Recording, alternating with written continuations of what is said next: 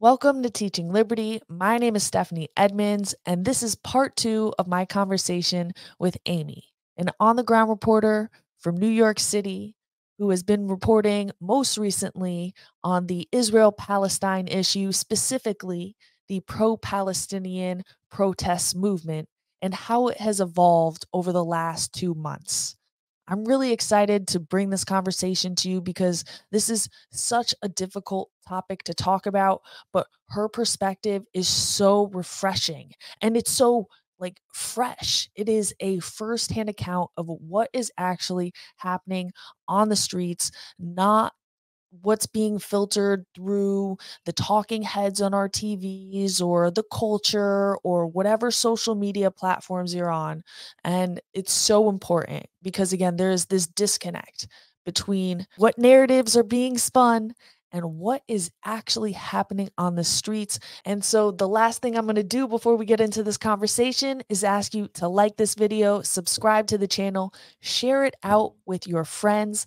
Let them know these are the types of conversations that we need to be having if we're really going to get to some constructive solutions.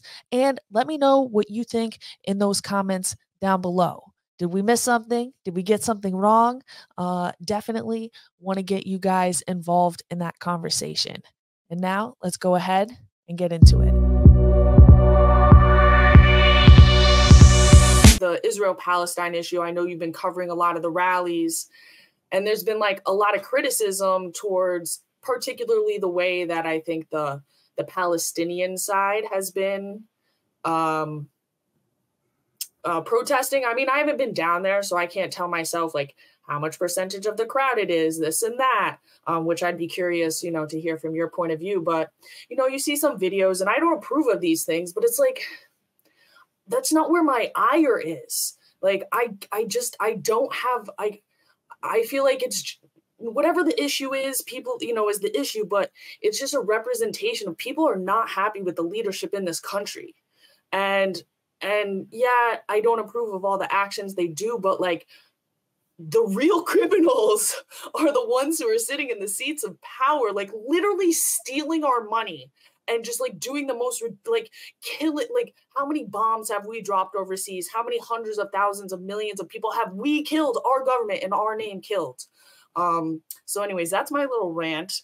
And on these issues, I've expressed this somewhat on my Instagram page, and I know people will DM me back and be like, how could you say this? You're just one of those social justice warriors, da da da da da. And I'm like, well, I think it's a little more complicated than that. So yeah, I'd love to know just from your point of view, from what you've been seeing out there, what you've been documenting. We can pull up a video clip, or I can clip one in here if you think it's worth it. What's going on in New York City, particularly with the Palestine-Israel stuff. So, what's going on? So I've been out there off and on, but I did go out right away on October 8th to see those protests, and I live streamed the protests on October 8th and October 9th, which is of course the day, the attack was on October 7th. So that was right after, and things were very heated, and in those protests, because there was a large protest in support of Israel out, and there was also the pro-Palestine protest. They would be countering each other, right? On different sides of the street. Yeah. So those right during that period, right after the 7th, the protests that happened in those couple days after, it was there were 3 groups out there. There was the pro-Palestine side, the pro-Israel side, and the police. There were so many police. They were a third protest group, and they were in between. They were keeping the groups apart.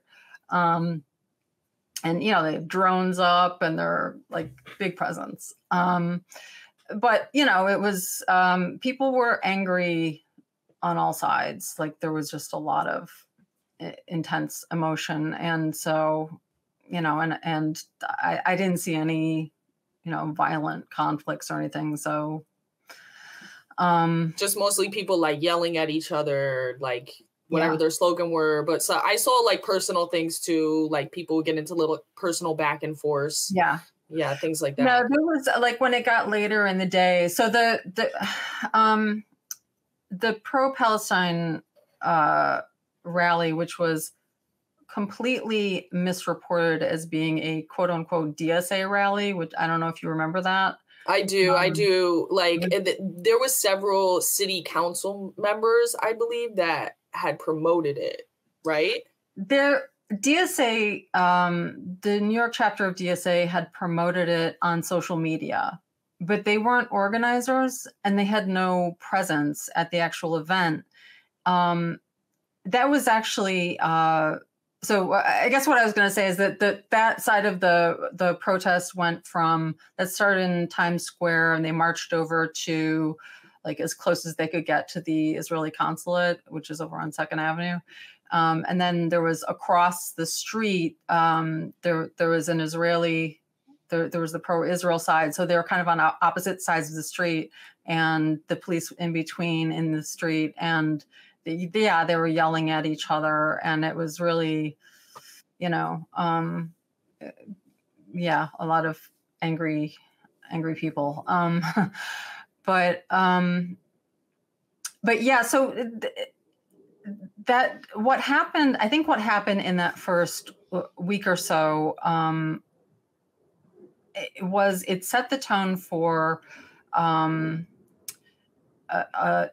division or like a tension between two sides in two groups of protesters with broad strokes that I think it's important to understand, because I think that this will affect left-wing politics going forward and affect American politics going forward. Because what happened there is, so on the 8th and 9th, as I was saying, there were these protests, but they weren't organized. DSA was attacked by all the politicians who hate DSA and everybody who hates DSA, and it was reported in the press. It was called like the DSA Rally. DSA, I saw all kinds of reporting saying DSA held a rally. DSA did not hold a rally then. It was PSL and Workers' World Party. So the communist parties, the Marxist-Leninist parties that have, you know, for decades had the Palestinian cause as a really core part of their, you know, set of concerns. They came out immediately and they did celebrate the Hamas attack as an act of resistance, right? This is the revolutionary socialist left, right? They support the idea of, you know, violent resistance, violent revolution, or, you know, revolution by any means necessary. Not that they're, you know, they're saying by any means necessary, and basically they were saying that's what that looks like. What happened on the 7th is what it looks like when, you know, an oppressed people resists. This is their position, right? And there was a moment when they were speaking. There were kind of two rallies. There was the one in Times Square, and then there was the one where they ended up near the consulate, and they had kind of a second rally, and there were speakers. And I live streamed that rally, so you can see that on NYC for yourself if you want to watch that rally and see the speakers, because there were several. So there were speakers from the, you know, Marxist Leninist groups and speakers from the Palestinian groups who were there. There were numerous groups involved in organizing this and who spoke there, right? So these are those videos. If you go about, you know, 2 months back from here, you can see like live. All these are the lives from that time. Yeah. Yeah. So there was a speaker who was talking about the attacks and saying, and he kind of joked about the attack on the music festival. And there was a clip of that another reporter shot, and I think it went viral, and and it kind of went viral as, some guy at the DSA Rally, jokes about attack on music festival. Well, it wasn't some guy. It was Eugene Puryear, who is one of the leaders of PSL, which is it's the Party for Socialism and Liberation, right? And he, he was one of a series of speakers celebrating this attack as an act of resistance, and talking about how the Palestinians had broken through the wall. And he later, if you look on Breakthrough News, which is the media outlet kind of for PSL and the People's Forum and these, I would say, revolutionary Marxist organizations, you can see that he made this argument in, I think, was it written or a video? I can't even remember now. A couple of days later, where he makes this case that that kind of action is like, it was like the Nat Turner slave rebellion. Like, this is what it's like when an oppressed people rises up. He makes that case in more detail, so you can go there and listen to that case that he's making. I think also Norman Finkelstein makes a similar argument. He talks a lot about the Haitian Revolution. So yeah, I think that I've heard that argument. So that's kind of the position of the I would call it the revolutionary Marxist left, right? And that's why they came. That's a longstanding position, and they were ready to go. They had that, a lot of people were like, "What? Why did all these people suddenly, all these social justice people, they're like suddenly taking up the cause?" No, this is a longstanding support that they have. Yeah, I actually knew that. But I think a lot of people are just like, why is this, happening? Right. And then maybe a week or so later, after the Israeli offensive started, after Israel started, attacking in Gaza, then DSA actually did have a rally. They had a really big rally. There wasn't a lot of reporting on it. But they started at Bryant Park, and I live streamed that whole thing, so you can watch it.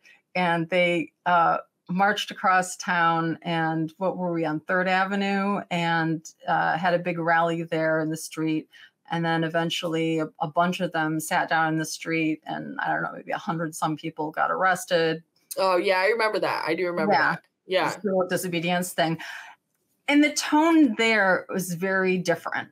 The tone there when people spoke at the rally was, there were several elected officials there. There were city council people. There were. Okay, so this is the one that I must have been saying that the city council was promoting. So probably, I got them confused. Yeah. See, even I got them confused. So city council people who are members of DSA were there, and then there were some state politicians. There was a big presence of Jewish Voice for Peace. So it was like DSA, Jewish Voice for Peace, and then, a bunch of other smaller. Yeah, probably like that. There's like that Palestinian student group that everybody, they like banned. I forget, Palestinian Liberation. No, that's the. You know what I'm talking about. Yeah, yeah. It's like the college campus group. Right. They started off saying things about how they were mourning the losses on the Israeli side and also on the Palestinian side, and they were calling for a ceasefire. This is when the call for the ceasefire, I saw that really start. Like, that was the whole theme of this rally, ceasefire now. But their tone was they didn't talk about the October 7th attack being an act of resistance, right? And I think this is from a part of the left, which is still socialist, but is not the revolutionary left, right? They're more like gradualists, like DSA and some similar groups that are more, they're closer to like democratic socialism. They're more focused on addressing current issues, within the governmental system that we have now with socialist solutions. Just give them more money. Give them more money. They'll figure it out. But you know what I'm saying? Like they want Medicare for all. They're not, their focus is not like we're moving toward a revolution, an international Marxist revolution that is going to bring about, a completely different system of government like soon, that's not their main goal. Like maybe they think it would be nice one day, and but sometimes, when they get going on their rant, they might go into that stuff. But really, when you look at their actions, you're totally right. And I love that you're able to really, make that difference out, because when you're on a place like Twitter and you're not on the ground, I'm not going to lie, I was certainly conflating those two into one. And I guess it would even be like, against sort of, I want to try to be objective from both sides. Like I know a lot of people like want to conflate those two because it bolsters their position as like pro-Israeli. But I try to be objective and like not necessarily claim one side or the other, though I probably do have sympathies with one side more than the other. I wasn't able to see that difference just on the internet. Yeah, I think it's an important difference, because what I see happening is that I think that the revolutionary left is pushing the younger generation maybe toward a more revolutionary position. I could see this at the DSA rally, right? It started out with kind of like an older generation of leaders speaking and saying, we want a ceasefire. We condemn all anti-Semitism. Let me come back to anti-Semitism, because actually none of these groups claim to. I'm not implying that the revolutionary left is actually anti-Semitic either, but they had this tone of,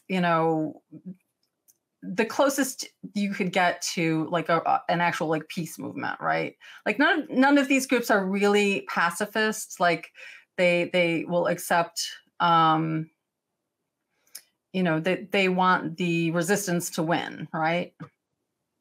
But the DSA type non-revolutionary is the right word, but that side of it is has a more of a peace movement kind of feel to it. So that was like the older, more established. You could see members of like DSA speaking and Jewish Voice for Peace, and then when it got late, like I could hear a lot of the younger people in the crowd kind of yelling the more strident revolutionary slogans, right? About Intifada and everything. And I felt, and there have been some prominent DSA members who are founders, at least one founder of DSA, who have resigned, saying that they're being pushed, to the left by like hardliners. And so I think there is this real, like battle for tensions in there. For the direction of the left, right?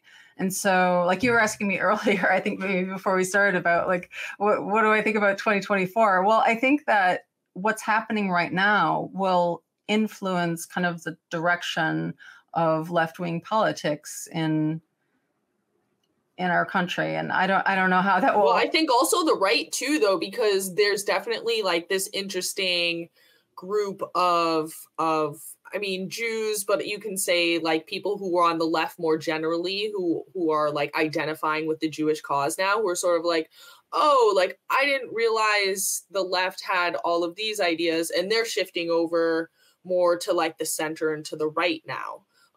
Sort of like, you know, they sort of identified with the progressive, like the loosely termed woke kind of ideology. So there's definitely an interesting realignment, I guess, like within the left itself, but then also the right, you know, they're going to have to figure things out too, I guess, with their new coalition. And I also think that it's interesting just the way that both sides are, both the Republicans and the Democrats, whether it's the Israel or Ukraine or whatever foreign country seems to want our tax dollars for war, whether it be offensive or defensive or however you want to argue it, both parties seem pretty gung-ho about sending them our tax dollars. That's your more libertarian on that, right? Yeah, I mean, you know, like that's interesting too. Like as like, you know, as a, I mean, I am a Democrat. Media Matters takes issue with that description of myself. You know, I have, you know, certainly libertarian leanings, but unfortunately, it's like not a super useful political identity to have in our current system. So anyways, but yeah, I would say, you know, as somebody who's sort of is ending up more and more like with this libertarian group, it is interesting to see how the right and the left shift back and forth on various issues. But I do want to get, you had mentioned about like anti-Semitism, and you had said the word intifada, and I know there's like a lot of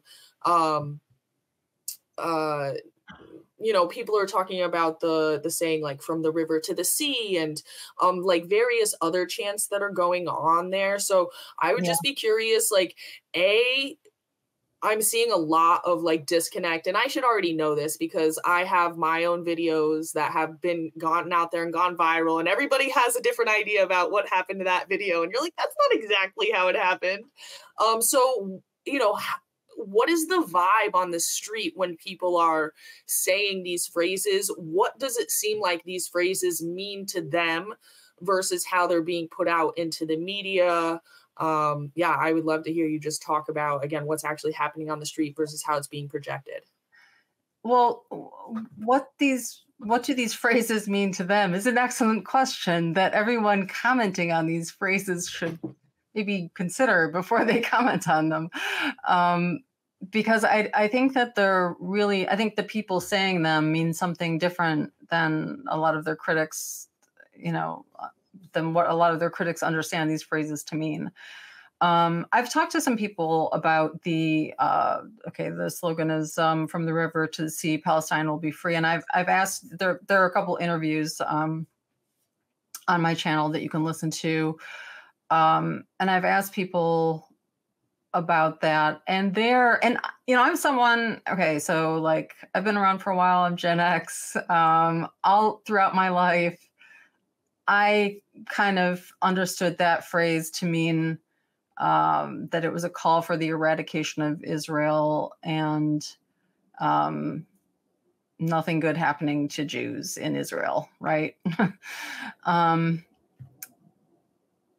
When I go out and talk to people about that phrase, they say that they envision, you know, a one-party state. They say, well, everybody lived together in that area before Israel and got along fine. And yeah, more or less, perhaps. This is their vision, right? Okay. I'm not speaking to whether this is realistic. Okay, I got you. Okay. I want to also be clear. I am not opining at all on the actual situation there in Israel. And right. Because that's not my people are saying and what they mean by it. Got you. But the people who are using that phrase, they want to see a one part. There's no one on the street calling for a two-party solution. Okay, some people use the phrase, "We don't want no two-state, we want 48." That's one of the slogans, and you hear that from sort of the more radical groups. And so obviously that's a call for putting things back the way they were before Israel came along, right? 1948. I know you know that. I'm just explaining for people who might not know what the 48 reference is. I know that you know. But other people, when they say, from the river to the sea, they are calling for a one-state solution that they envision being a democratic and socialist state. It's an overwhelmingly socialist movement. Even the Palestinian groups, that are dedicated, that are not are focused on that issue. They describe things with a socialist framework, right? They're anti-capitalist, anti-imperialist. And all of these groups see Zionism as a project of European white supremacy and global capitalism, right? And so that's their objection to it, right? And so they think their idea is, well, you remove the Zionist state, all ethnicities can live together in, a place where the workers control the means of production, right? And it'll work out great for everybody. And I think that's the vision of a lot of people who are using that phrase. There are other more radical sounding slogans like globalize the intifada. The word intifada is so inflammatory for a lot of people because, especially if you're old enough to remember the intifada, there were two intifadas in Israel, right? Which involved attacks on civilians. Some of it was, I think it began by throwing stones at the IDF, right? The first intifada, like in the 80s. But there was violence. It was a violent, attack, often involving civilians. Right. The word literally means uprising. Or rebellion. Yeah. But I guess the argument we heard made the other day in front of Congress when they were doing the testimony of the presidents of or I guess now two of them are now former presidents of their universities. She was saying intifada in the context of these phrases, when you take that word and put it in the context of the phrases, it sort of transforms the meaning into genocide. But if I'm hearing you correctly, now I guess we haven't gotten specifically to the intifada, which is a more intensified version, but you're saying pretty much what you're seeing on the street is when people, at least when they say from the river to the sea, that's not a cry for genocide. Most people, when they say that, it's more of a cry for some sort of democracy or socialist, utopia or I mean, Israel actually has a more European style of socialized medicine and stuff like that. But what about, just go into the intifada part, when people are talking about this? Yeah. Well, the intifada part, so take the phrase globalize the intifada. I see a lot of people online in the media saying it's a call to kill Jews everywhere around the world, right? And I understand why, someone can have that perception. And correct me if anybody out there has a different understanding about the people using that phrase or has seen different things about that. I'm just reporting on what I've seen and what I've heard from people. What I see is that phrase has been around for a while, and you can go on the websites of the organizations that use it, because all of these slogans, they're in protest toolkits. It's not like they come up with them on the fly. This is their media messaging. So you can go on, the website of Within Our Lifetime, for example. I think they have some stuff on what globalize the intifada means, from years ago, right? This idea has been around for a while. And what they mean is, it's a call for international socialist revolution, right? That's what they mean. They mean all kinds of activities that fight global capitalism and, you know, global capitalist imperialism. That's what they're talking about. And they talk about including all different kinds of activity in this uprising, global uprising activity, from, you know, like having difficult conversations with your friends and neighbors to also including violent resistance, right? So it doesn't, and I guess like there'd be like in between grounds from like direct action, right? So we're seeing, yeah, we're seeing the in between grounds are protesting, right? Or like blocking. We've seen a lot of the blocking of the weapons and arms factories. Yeah, I mean, I think that if these were like really focused on Jews specifically, if it was really like a call to kill Jews, then, or an attack on Jews, I think you would see this movement aimed at Jewish businesses more than you're seeing it. You're seeing it aimed at, you know, like you said, like defense manufacturing companies, Starbucks, anybody that they perceive to be supporting financially Israel or the IDF or Zionism, or, you know, you're not seeing this movement aimed at, you know, businesses that are just, you know, like owned by Jews, which would not be hard to find in New York, right? Right. I do think that there have been some off incidents here and there. You know, so it's not to say there haven't been any. I guess like my thing of it too is like, if you can take any situation that happens internationally or domestically, if it concerns a certain group of people, it then inspires either copycat acts or more hate towards those groups. So, you know, I think that unfortunately, in the aftermath of, and you can see historically, anytime that Israel gets involved in anything, there's an uptick in anti-Semitism.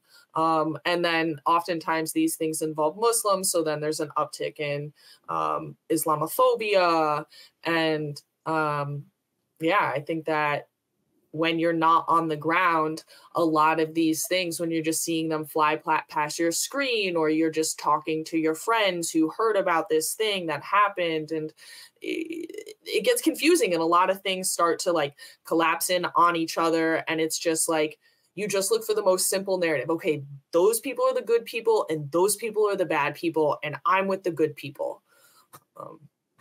Yeah, I was at Columbia for a protest. There was one of the pro-Israel protests that I live streamed, and beforehand I came upon a group of students who were covering up one of those doxing trucks. You know, these LED trucks that they're displaying big pictures of people, and it says like Columbia's most, what is it, famous or something anti-Semite. You know, it's like showing different people's pictures and names and calling them anti-Semites. And the students were out there covering the truck up, and there were Jewish students and Muslim students, you know, like judging by what they were wearing and how they were identifying themselves. And I interviewed one of them. He stood off camera. He didn't want to be on camera, but he talked to me, so you can like listen to him. And I was asking him, and he was a Jew, right? And he said, you know, I was just asking him about how things were on campus. And he said that he did think that people were blurring the lines between who they considered Zionist and who they considered Jews, right? Or just like attributing Zionism to Jews, right? And there were starting to be things like events. There was an event, it got some press coverage. There was one of the clubs at Columbia that put out a flyer saying like, white Zionists not invited. And I talked to another student there later. I didn't interview her, but you know, I just talked to her off camera.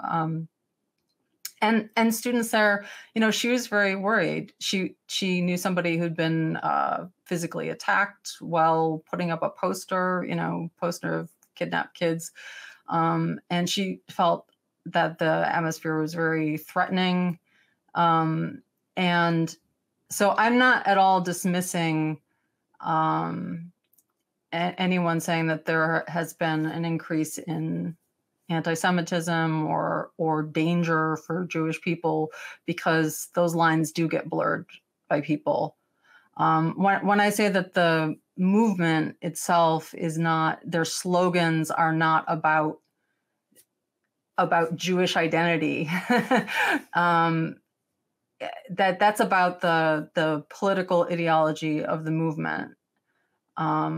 It's not about the fact that, like if you're an anti-Semite, like an now's a great time to come out, yeah, like, and we dealt with that a lot too in our protests and our rallies, like that there would be different contingencies of people that would come out, and you would say you don't want to deny anybody's right to free speech, but at the same time you have optics that we're already dealing with being called anti-vaxxers, grandma killers, MAGA Trump people, all these different names. And so, yeah, sometimes we get people, whether the signs that they had or whether their behavior, how it would get, and you have to sort of figure out how do you appease those people, not get into it with them, but also like be like, hey, like you're kind of messing our thing up here, man.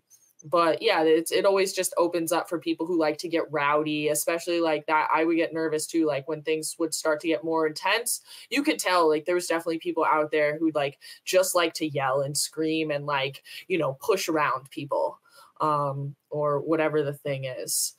But I think that's why what you do is so important. And I can tell that you're really trying to both give your authentic experience, but also in a way that you can remain removed from the story to an extent. All right, here we are. It is Friday, December 22nd. We had originally recorded on the 11th. It was my plan to get it out on the 18th, but such is life. And here we are. And you reached out to me and you're like, hey, where's that podcast? And I was like, hey, about that. But you were like, also, I have an update. So let's just get the update in. So here we are, and thank you for reaching out. Thank you for understanding. I do believe the podcast will be out tomorrow morning, so this update will be prescient.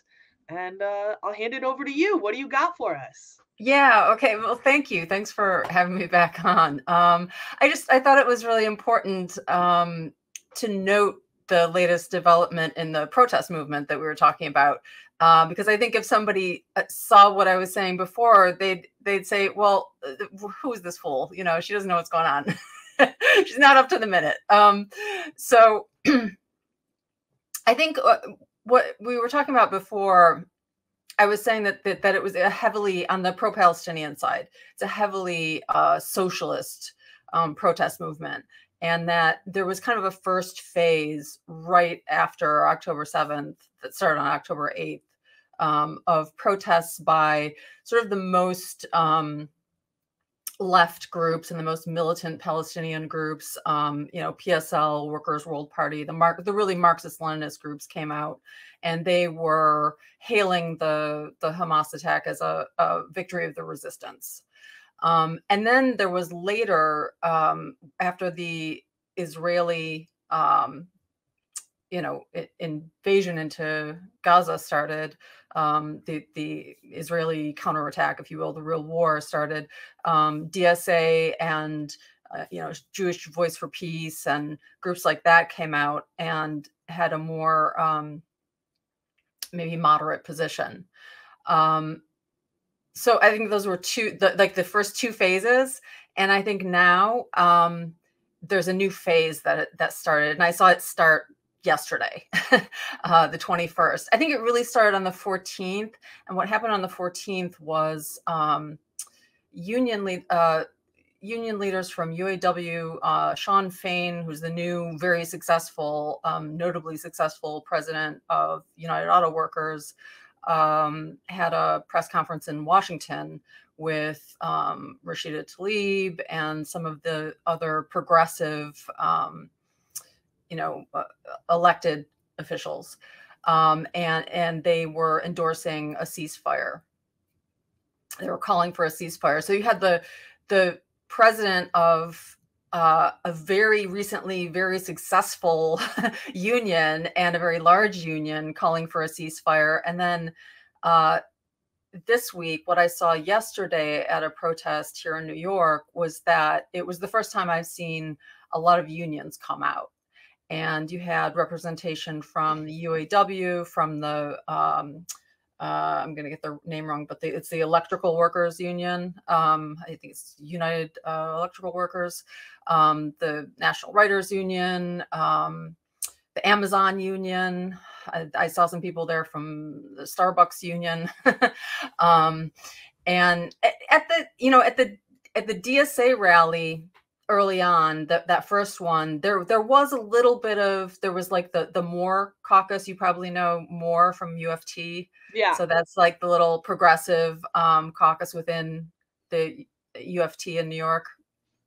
So there was a little bit of union, activity there, but not the whole union and not major unions. So yesterday, I think like when we think about unions, again, we think, okay, they're the left. But when we start getting into a lot of these labor unions, I mean, these guys are like real blue collar workers. Like they make up a lot of America. And I would say they're actually kind of purple, like a lot of elements of this, they're kind of purple. Like maybe they voted for Trump and, maybe they did the Obama Trump kind of, vote switch. So I think that, oftentimes, especially I would say people who are more maybe liberty minded or maybe more on like the right, they often look to the left and like see one whole swath. But I think you're doing a really good job of showing that there is nuance in here and that this is a really important part of the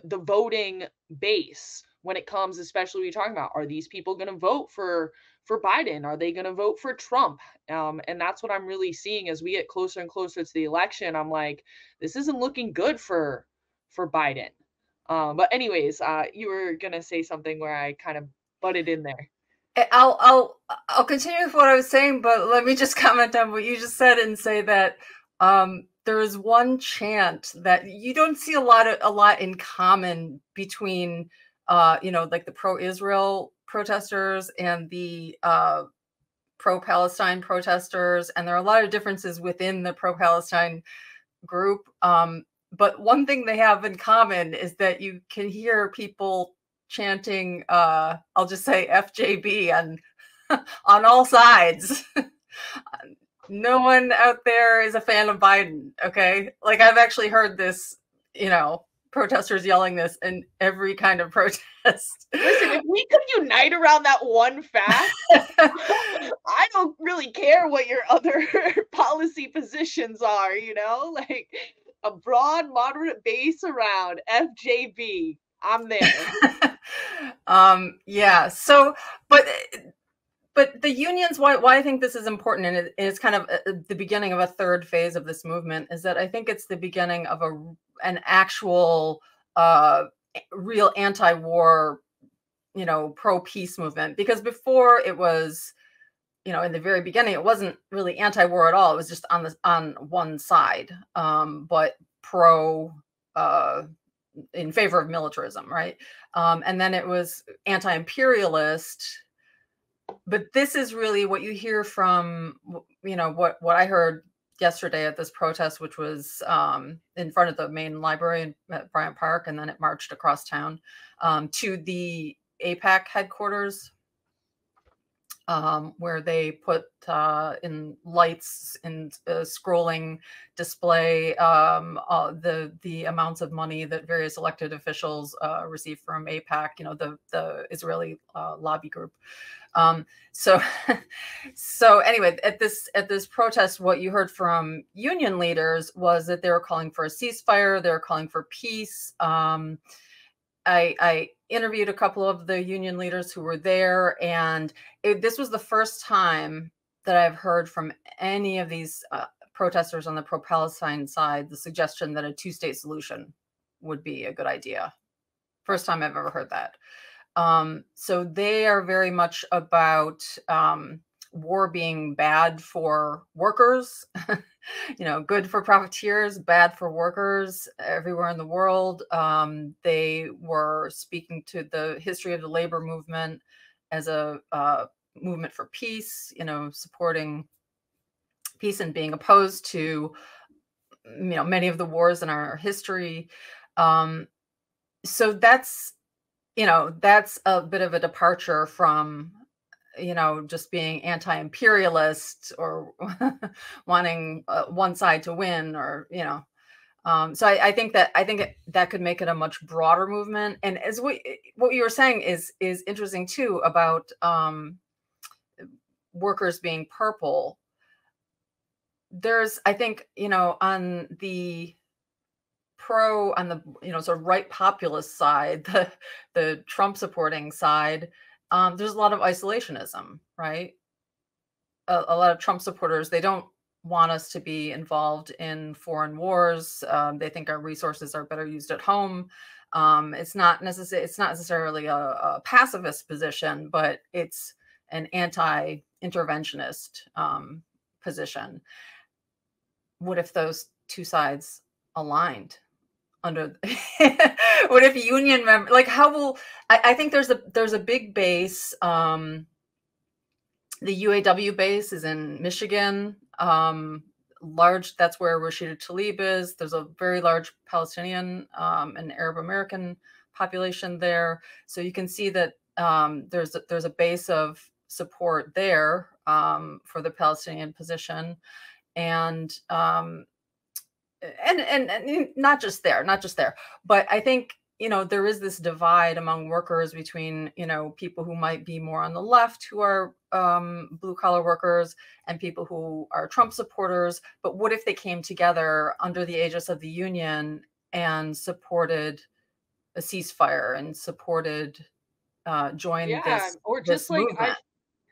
and I would say even just more broadly than the Israel-Palestine issue would be a whole number of issues that it feels like the culture wars have really taken a hold of, and just like made this artificial, well, this is what my side thinks and this is what your side thinks.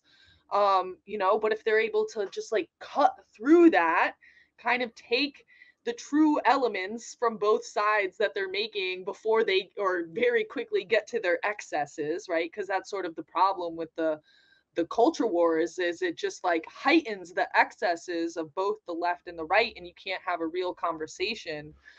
And I do in many ways think that these, workers, right, do the real work that we think of when we think of America. They often are left out of the conversation. So if they can really find a wedge issue, and if it's Israel-Palestine, then so be it, to all come around and present that contrast that people can understand in easy to understand terms. That's why I'm just so hesitant to like get behind a guy at this point. I know, we're kind of, again, going broader here to the election, but I'm like, there's so much time. Let's have a real conversation. Let's see how things move. Like, I'm trying to make a video right now where I'm saying, like, I love Trump supporters. I have lots of criticisms for Trump. I'm trying to have a real conversation about him, but it's not about you personally. Like, I think your love for Trump is, it's anti-establishment. And then the same thing for the people who are on the left, right? They express it a little bit differently, but their main problem is with the establishment, right? They're anti-establishment. So if we can just come together on those things and find some common language, because it's really like I don't want to just simplify into a semantic issue, right? Because there's certainly some other real issues here, but I think they're ones that are imposed on us through like this weird culture war lens that's being handed to us by the people in power. But anyways, like again, that's just sort of things that I'm thinking about more broadly in this conversation and how they intersect with the Israel-Palestine war. And I think that's also being reflected in the different phases. But you know, like also just naturally, like at first everybody was dealing with like the trauma of October 7th.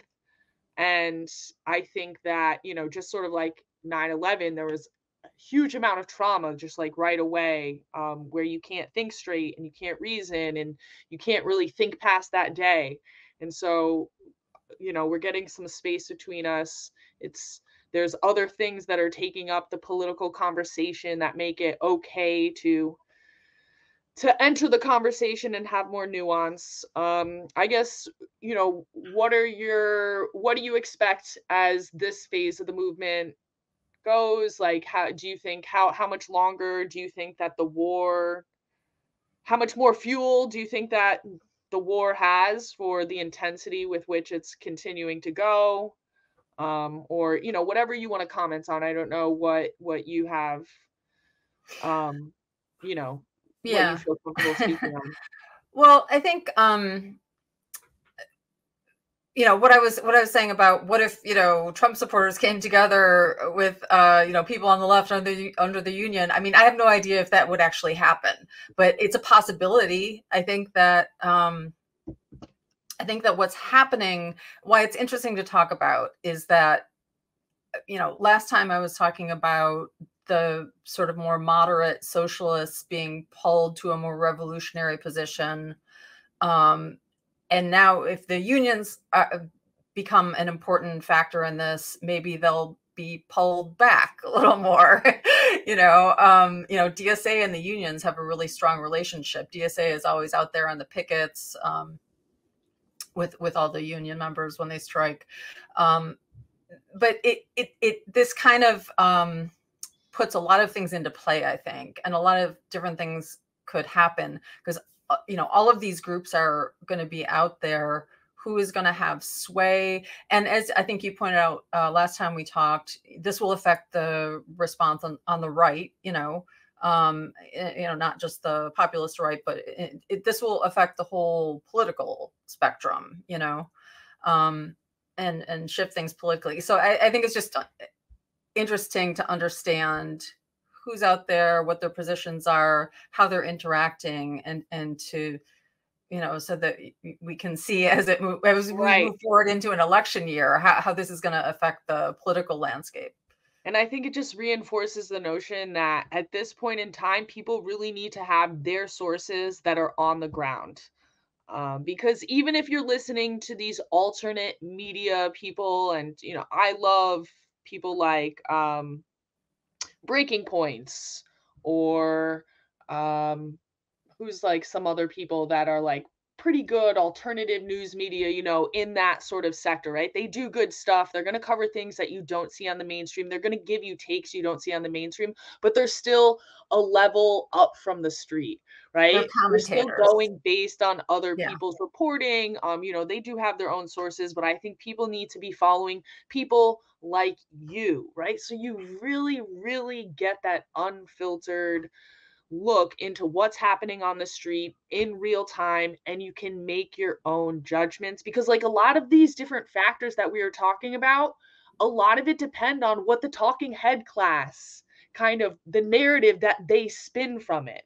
And if we are going to ultimately be able to make these, you know, seeming counterintuitive crossovers between people from the left and the right, it's because we're acting upon our own intuitions and not those that are filtered to us from the powers that be.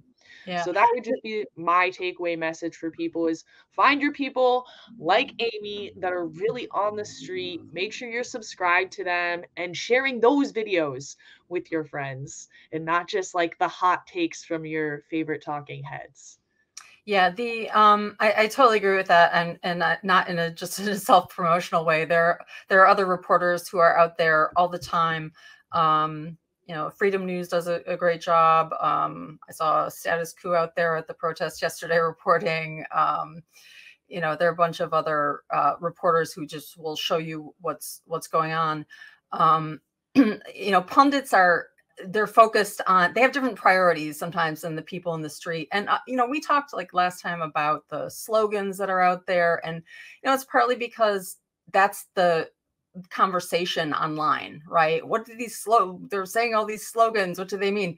But, I ask a lot of people, like, what does this slogan mean to you? What does this chant mean to you? And they're like, well, it means this and that, but really, like, who cares about the slogans? That's not that's not where their head is at. They're like, stop the war. Yeah, we care that there's a war going on and we want to stop it. We're not focused on the semantics of, some kind of chant. So yeah, watch the reporters, watch the speakers and listen to them. And if you can see interviews, listen to that, so you can really understand where people are coming from who are out there engaging in the issue. All right, well, I'm definitely gonna keep watching you and keep following this issue. And I'm one of these talking heads sitting here being like, oh, it's so exciting to see what's gonna happen, as we're on the precipice of the end of the world. Anyways, no, I'm being a little dramatic. I am an optimist, and I'm an optimist exactly because of people like you and me being able to be out here and speak freely and wake people up.